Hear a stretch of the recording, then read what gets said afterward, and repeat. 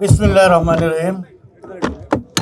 আজকে এই শহীদ আবু সাঈদ এবং শহীদ মীর মুগ্ধ ফুটবল টুর্নামেন্টে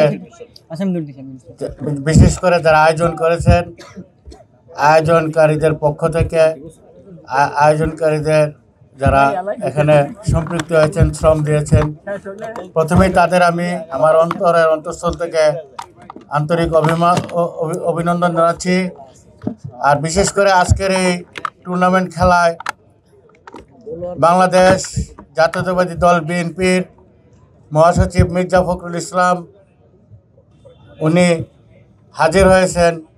এজন্য আমি শহীদ পরিবারের পক্ষ থেকে কৃতজ্ঞতা জানাচ্ছি এবং এই টুর্নামেন্ট উপলক্ষে যারা আজকে উপস্থিত হয়েছেন, খেলোয়াড় সহ সবাইকে আমি আমার লাল গোলাপ শুভেচ্ছা জানাচ্ছি।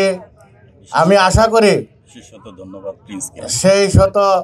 সেই সাথে ধন্যবাদ প্রিন্স সহ যারা এই টুর্নামেন্টে অক্লান্ত পরিশ্রম করে এই টুর্নামেন্টের মাধ্যমে আমাদেরকে এখানে সম্মানিত করেছেন, তাদেরকে জানাই কৃতজ্ঞতা। আমি আশা করি আগামী দিনে যে নতুন বাংলাদেশ গঠন করা হচ্ছে, সেই বাংলাদেশের